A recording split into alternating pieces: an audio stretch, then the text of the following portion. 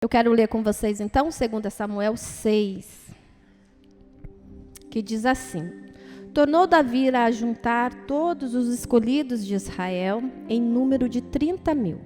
Dispôs-se com todo o povo que tinha consigo, partiu para Balá, de Judá, que levarem de lá para cima da arca de Deus, sobre o qual se invoca o nome do Senhor dos Exércitos, que se assenta acima dos querubins.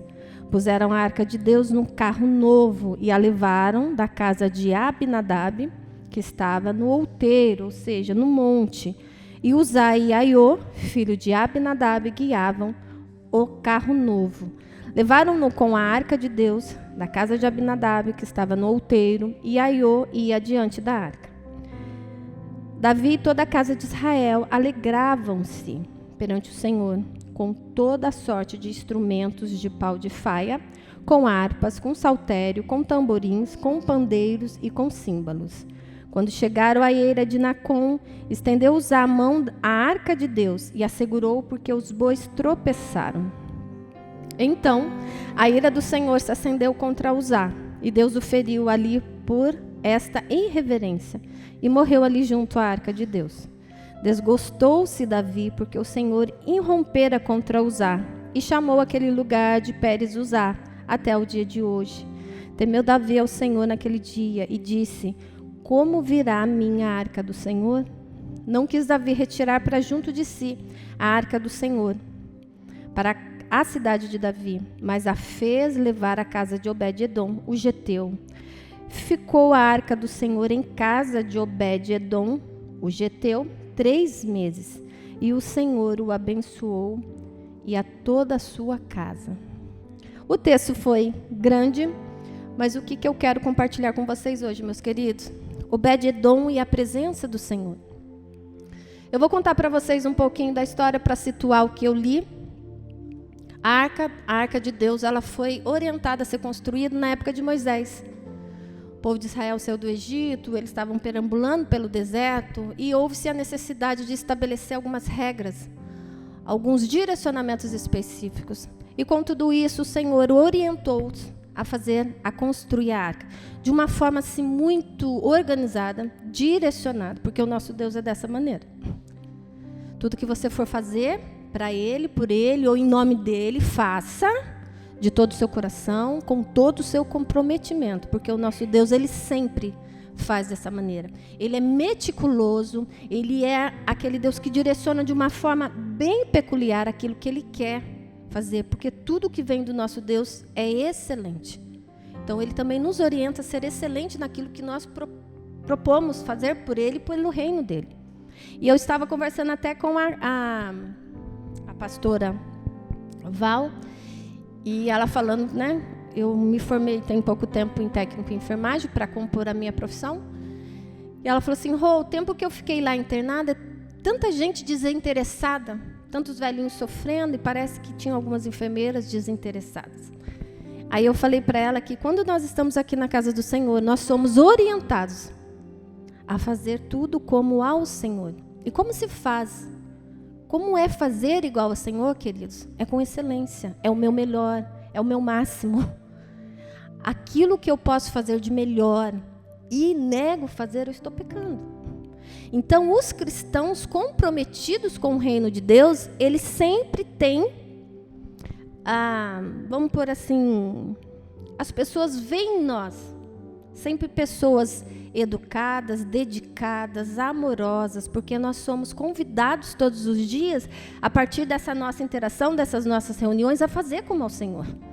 E o nosso Deus, Ele sempre faz de forma excelente e amorosa. Que isso fica nos nossos corações. Se de alguma forma isso está adormecido na sua vida, está adormecido na sua mente, traga de novo, porque nós representamos o nosso Deus. E foi dessa maneira que o Senhor orientou Moisés a construir a arca, nos mínimos detalhes, querido, foram as medidas, o tecido, a qualidade de ouro, de prata, Deus orientou sobre tudo. Era importante, porque a arca representava a presença do Senhor no meio do povo de Deus.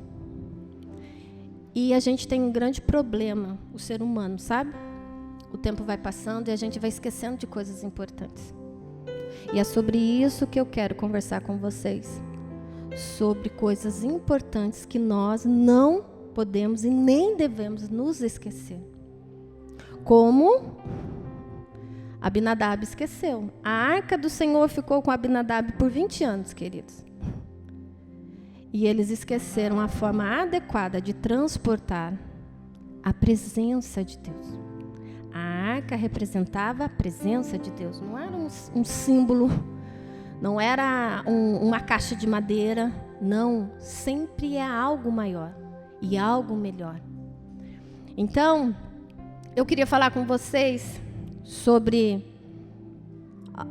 alguns posicionamentos, algumas lições importantes que nós devemos ter em relação à consciência de como nós estamos mediante o Senhor. Será realmente que a gente tem consciência da presença dele? Ou nós nos acostumamos com essa presença como Abinadab se acostumou? A arca de Deus ficou por 20 anos na casa de Abinadab, antes desse fato que eu li com vocês acontecerem. Davi, por alguma razão, ele era um homem atraído, ele foi um homem segundo o coração de Deus, ele tinha predisposição em amar, obedecer, em se envolver com as coisas do Senhor. De alguma forma, ele se lembrou sobre a arca. Onde é que está a arca? A gente precisa, né? A gente constrói tanta coisa, e a arca de Deus, onde será que está? E tenho certeza que ele foi pesquisar e soube que a arca estava na casa de Abinadab. Queridos, eu acabei de dizer para vocês que a arca significava presença de Deus. Como é que você acostuma com a presença de Deus assim? Então, como é que você deixa a presença de Deus de ladinho? E foi o que aconteceu lá na casa de Abinadab.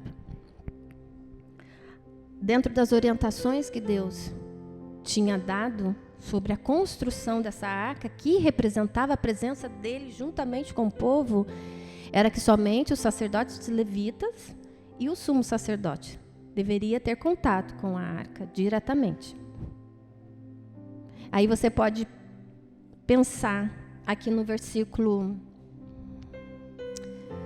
7, que Uzá, você pode pensar assim, nossa, mas Uzá só foi ajudar porque a arca estava caindo. Ele deveria ter deixado a arca cair para o chão, espatifar tudo. Ele teve boa intenção, mas que Deus ruim que é esse, que a pessoa foi ajudar e ele ainda foi morto e ainda considerado irreverente. Então, se você for pensar de uma forma assim, nua e crua, você fala, puxa vida, que Deus rigoroso, que Deus estranho. A intenção foi boa. Queridos, mas o nosso Deus, ele não abre mão de orientações específicas. Uma das coisas que você e eu devemos aprender e carregar sempre na nossa mente e no nosso coração, que Deus, ele não negocia a santidade, a autoridade e princípio. Ele não negocia. O nosso mundo pode estar do jeito que tiver, indo da forma que for, mas o que o nosso Deus estabeleceu, está estabelecido. Foi questões estabelecidas pelo Senhor na época de Moisés, de como a arca deveria ser construída, como ela deveria ser transportada. E eles se acomodaram tanto, ao ponto de se esquecer da presença de Deus num cantinho na casa de Abinadab. Isso é muito triste. É muito triste. E eu e você, como estamos lidando com essa presença diária e constante na nossa vida? A gente tem dado o devido valor, queridos? A gente tem essa consciência, a presença de Deus. Nós somos sacerdotes em vasos de barro, que Deus habita em nós. Nós caminhamos com Deus, o Espírito Santo. Deus habita conosco. Será que a gente tem esse real entendimento de que um Deus caminha comigo de pertinho, mora dentro de mim?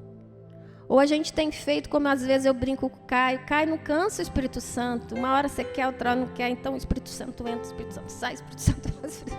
Fala, meu filho, não cansa, defina no seu coração, com todas as suas lutas e fraquezas e dificuldades, eu quero a presença do Senhor constantemente na minha vida, na minha família, nos meus filhos, nos meus sonhos, nos meus projetos, no meu futuro. Eu decido. Poder de decisão, querido. Se você for encaminhar a sua vida por desejos, como o mundo fala, escute seu coração. Nosso coração é enganoso. Faz isso não. Tem um direcionamento específico trazido pela presença de Deus na sua e na minha vida. Eu tenho certeza que se você caminhar por esse raciocínio, com esse entendimento, a sua vida será guiada da melhor forma possível, porque nós temos um Deus que conhece o nosso futuro. Então não trate a presença do Senhor levianamente, como a casa de Abinadab tratou, se esqueceu que tinha a presença do Deus Todo-Poderoso. Talvez tenha esquecido os milagres do deserto. Então, se vocês analisarem comigo, eles se acostumaram com o melhor de Deus e foi deixando. Era tão bom ter o cuidado de Deus sobre eles, talvez o plantio dando certo, a vida correndo, né? Tudo encaminhando, que vamos levando. E foi levando por 20 anos, sem prestar atenção do que aquela arca significava para o povo de Israel. E muitas vezes a gente tem tendência de fazer dessa maneira. Louvor bom, maravilhoso. O Ju falou para mim, nossa, Rô, em plena terça-feira, que louvor. Eita, bênção. Né? Então, às vezes, você pode estar acostumando com um louvor maravilhoso que o Senhor tem trazido para você, em plena terça-feira, alegrar sua alma, dizer o quanto Ele nos amou a ponto de morrer por nós. Eu e você não merecíamos, mas nós fomos alcançados. Será que a gente para, queridos, para pensar nesse significado, nesse valor de caminhar com Deus, de ter um direcionamento específico, ser um povo diferenciado? Nós somos Israel de Deus hoje. Será que nós temos essa consciência? Nós somos um povo diferenciado, onde nós colocamos a mão, a bênção do Senhor faz prosperar, a nossa postura é diferenciada, nós somos apontados como pessoa diferente, porque temos um Deus que caminha conosco. Isso tem que ser muito assim, vivo dentro de nós, todos os dias. A gente não pode se acostumar em ser um povo escolhido. A gente tem que agradecer e ser consciente disso. E era o que a casa de Abinadab tinha esquecido. Como era diferenciada a presença do Senhor. Então, Uzá, ele foi considerado irreverente porque a arca de Deus tinha que ser transportada da forma correta, da maneira correta. E qual seria essa maneira?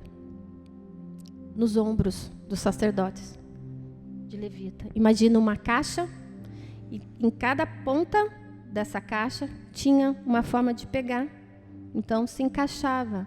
Era a forma segura, era a forma reverente de se carregar. E o que eles fizeram?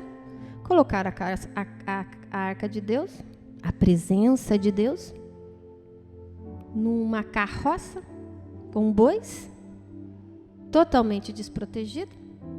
Então, aqui, queridos, não é que Deus foi ruim, que Deus foi sem misericórdia, que Deus foi tirano demais. Ele só quis lembrar como é que a santidade, que a presença de Deus, a presença dele deveria ser transportada. Não era daquela maneira irreverente. Se eles tivessem transportado da maneira correta, como depois Davi fez. E Davi teve tanta consciência disso, meus queridos, que a cada quatro passos, ele trazia um sacrifício. Davi entendeu depois, mas alguém precisou morrer. Será que a sua casa vai ter que ter uma perda expressiva para você ter essa consciência que a presença de Deus, ela é santa, a gente não pode negociar. Ou eu sou de Cristo ou eu sou dele. Não dá para ser meio termo, querido. Coisas indefinidas não nos traz crescimento. Eu quero ser de Deus, então custe o que custar, eu vou me esforçar. Porque a palavra de Deus diz que o querer, o efetuar vem dele. Então, como ele vai fazer na sua vida e na minha vida, eu não sei. Mas que ele faz, ele faz. E a palavra de Deus diz também que Ele nos dá deliberadamente dele, sem medida.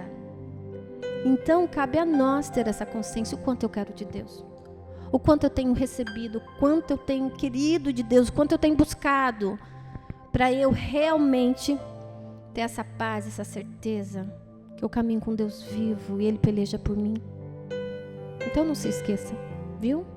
Deus nos trouxe aqui para nos lembrar o quanto é que você tem me buscado, o quanto a minha presença tem sido importante para você.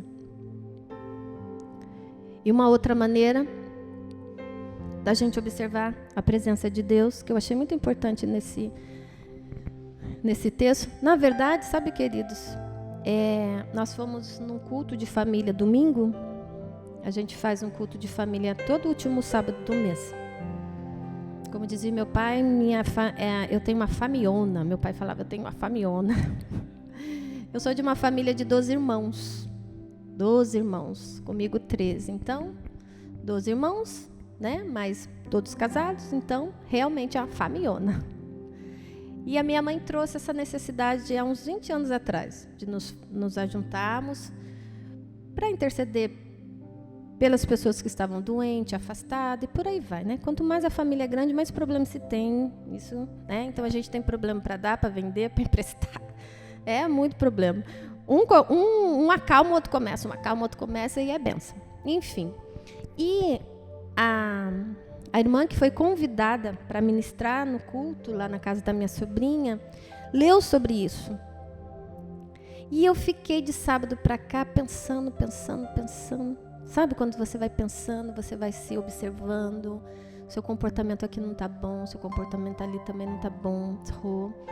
Aquela sua atitude não conta sobre a presença de Deus. Quem tem presença de Deus não age dessa maneira. E aí quando ontem eu fui meio pressionada a estar aqui, né?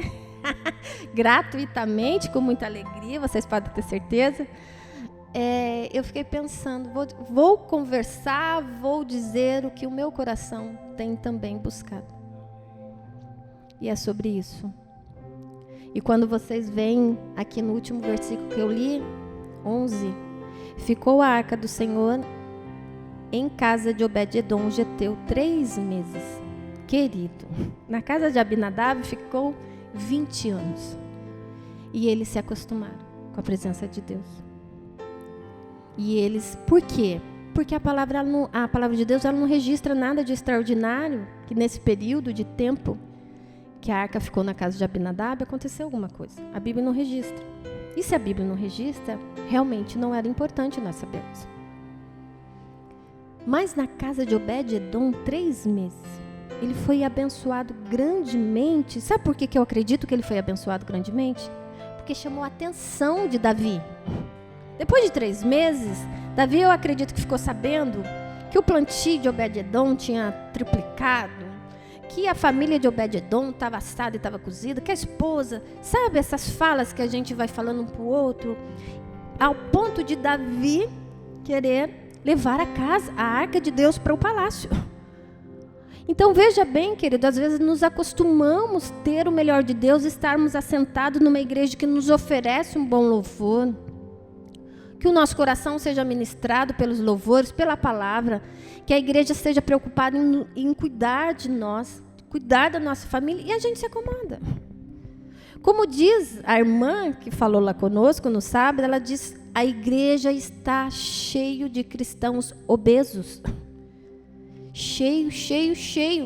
Obesos espiritualmente, eu estou falando. Muito cheio, mas sem disposição de levar. E eu achei interessante, porque a gente está vivendo um tempo que a gente quer muito. Ai do pastor, se não tiver uma palavra boa, que anime a sua alma, que te traga esperança, que ministre o seu coração, que a sua família seja abençoada, ai dele. Tá sem unção. Mas o que você tem recebido aqui na casa do Senhor? Você tem conseguido passar adiante, queridos? Eu tenho um jeito de lidar com certas coisas. Eu trabalho muito com pessoas, diretamente. Eu coloco a mão nas pessoas. Meu trabalho é assim. E eu percebi que nós cristãos, queridos, nós estávamos com uma péssima mania. Se alguém reclama de dor de cabeça para você, Mas você despenca uma enxaqueca na orelha da pessoa. Se eu falo assim, ai, tô com tanta dor de cabeça, você fala, não sabe a minha dor de cabeça de ontem. Foi ontem, parecia que meus miolos iam estourar. A gente tem essa mania, parece de ficar, como fala, concorrendo com quem sofre mais. Porque quem sofre mais, querido, quem sofre, ele precisa de cuidado. Quem é doente precisa sempre ser cuidado. Pode ficar em casa, pode ficar deitado descansando, merece carinho, merece uma comidinha. Então as pessoas parecem que elas não querem se curar. Elas querem ser cuidadas o tempo todo, sabe? Só que isso também é cansativo, não é assim? E aí eu fiquei pensando, nós cristãos, a gente está com essa mania também. Eu me queixava, alguém queixava de alguma coisa para mim, eu já estava reclamando junto. Falei, gente, a gente está perdendo a oportunidade. Ah, você está com dor de cabeça? Vem cá, vou te dar um abraço que Deus vai te ajudar no dia de hoje.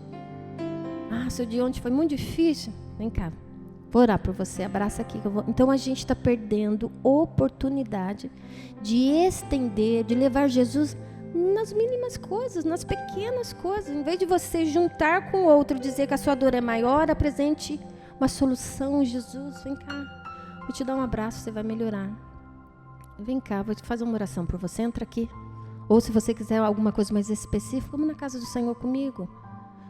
Então é nesse sentido que eu estou dizendo que nós estamos ficando obesos. Porque a gente não está preocupado em passar, em repassar a presença de Deus para as pessoas que estão dizendo para você e para mim o quanto elas estão sofrendo. E a gente não está se ligando. Que não é para você se queixar junto. É para você oferecer uma ajuda, um acolhimento. É para você dizer que o Deus que você serve, a presença de Deus que caminha com você, que habita em você, pode cuidar tanto de você quanto do outro que está te. Então que hoje, querido, nós nos despertemos o entendimento para saber a preciosidade que nós temos. Um Deus santo, um Deus vivo, um Deus que morreu por nós, um Deus que cuida de nós, minuto a minuto, segundo a segundo. Queridos, imaginem as pessoas que não têm essa condição de se sentir cuidado. Como que elas estão? Desesperadas. Desesperada mesmo. Então nós temos assim um tesouro conosco. E talvez a gente não tenha dado tanta atenção, tanto valor. Não se acostume a ser de Jesus. É precioso ser de Jesus. Não se acostume a ter presença de Deus constantemente com você. Hoje em dia a gente vê muita gente libertinos da graça de Deus, sabe, queridos? Estão tão acostumados a ser cuidados, perdoados, amados. Que tudo bem pecar mais uma vez, tudo bem errar mais uma vez. O pecado realmente é uma condição do ser humano. Mas com a misericórdia de Deus, com a caminhada com Cristo Jesus, a gente vai se melhorando, a gente vai se conscientizando. A gente não pode acostumar a ter pecados de estimação não, queridos. A gente precisa ser cristãos maduros, conscientes. A gente precisa ter essa consciência para a gente ir lá fora buscar o perdido, amar o perdido. A gente fica muito entre nós aqui, vivendo os nossos problemas. Eu não estou dizendo que a gente não tenha. Nós temos. Mas a gente perde muito tempo nos nossos problemas e a gente não está tendo condição realmente de fazer o ID, como Cristo deseja que nós estivéssemos fazendo. É lógico que a gente pode falar de Jesus pessoalmente. Como eu disse, não se junte a reclamar. Apresente uma solução, nem que seja uma solução rápida, pequena, uma oração, um abraço, um acolhimento, uma fala, Jesus te ama. Não deixe, não perca a oportunidade, viu? Porque o pouco tempo que Obed-Edom teve a presença de Deus na casa dele, fez toda a diferença. Então não é o tempo de crente que vai te definir, é a profundidade de relacionamento que você tem com Jesus. Talvez algumas coisas lá na sua casa e na minha casa não seja resolvida ainda, ou não tenha sido resolvida ainda, por conta do fato de nos acostumarmos com a presença de Deus. Ah, sou crente já há 20 anos, sou crente há 40. Tá tranquilo, tudo bem. Não faça isso com a presença de Deus. Realmente sinta, agradeça, conscientize que é o melhor que o ser humano pode ter nessa vida. Imagina a eternidade com Cristo. Maravilha, não vai ser? Não é assim? Então, para terminar, eu quero dizer para vocês que onde a presença de Deus está, tudo é transformado. Assim como foi com a casa de Obed-edom, assim como todos os milagres que aconteceu por ali, na casa dele, chamou a atenção de Davi. E aí Davi foi dar a devida atenção, transportar a presença, a arca de Deus de maneira adequada, louvar, prestar culto. Aí sim, o Senhor sentiu-se amado, adorado e reconhecido. Então que eu e você tenhamos essa consciência, querido. Não vamos nos acostumar com a presença de Deus. Não vamos ser libertinos da graça de Deus. Deus vai me perdoar mais uma vez, é verdade. Quantas vezes vocês e eu precisarem do perdão de Deus, nós temos. Mas que isso seja só o quê? Uma dificuldade da nossa natureza. Que não seja consciente. Porque todas as vezes que nós aborrecemos e pecamos, aliás, todas as vezes que nós pecamos, nós aborrecemos o coração de Deus com uma profundidade. Se você pudesse sentir e olhar para Deus quando nós fazemos tais coisas, você ficaria aborrecido, chateado, entristecido de aborrecer tanto um Deus que caminha conosco. O divino hóspede, quem é Ele? O Espírito Santo. Então, no nome de Jesus, que essa fala minha não seja peso, não seja mais uma preocupação, mas seja orientação, seja despertamento para você e para mim. Para a gente dar o devido valor. Eu sei que nós damos, mas a gente tem uma tendência de esquecer, a gente tem uma tendência de ficar com preguiça, a gente tem uma tendência de relaxar. A presença de Deus não dá para ter essa postura, querido. Presença de Deus, e quanto mais você quiser, e quanto mais você se conscientizar, e quanto mais você se dispor, ela é transbordante, ela é contagiante. Sabe, aquilo que é muito difícil para você no dia de ontem, acaba que hoje fica mais fácil. Aquela dificuldade com alguém, acaba que Deus te dá algum direcionamento, alguma postura para você lidar melhor. Enfim, a presença de Deus é tudo em nós. Não deixe isso passar despercebido na sua vida. No nome de Jesus. Amém, queridos? Espero que você tenha sido edificado, espero que você tenha sido despertado, porque essa foi a minha real intenção, me despertar você, para entendermos o tesouro que nós temos, que é a presença do Senhor. Amém?